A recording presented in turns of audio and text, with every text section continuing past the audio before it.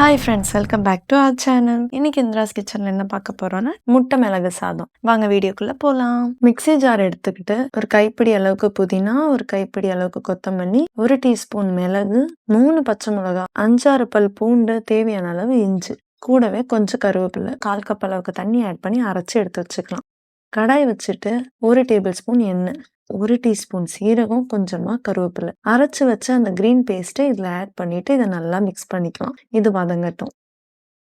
1/4 teaspoon மஞ்சத்தூள், கொஞ்சமா உப்பு, 2 முட்டையை உடைச்சு ஊற்றி மிக்ஸ் பண்ணிக்கோங்க. இந்த வீடியோ உங்களுக்கு பிடிச்சிருந்தா மறக்காம லைக், ஷேர் அண்ட் சப்ஸ்கிரைப் பண்ணுங்க. 1 கப் அளவுக்கு சாதத்தை இதில் ஆட் பண்ணி 1/2 டீஸ்பூன் சோயா சாஸ் ஆட் பண்ணிக்கோங்க.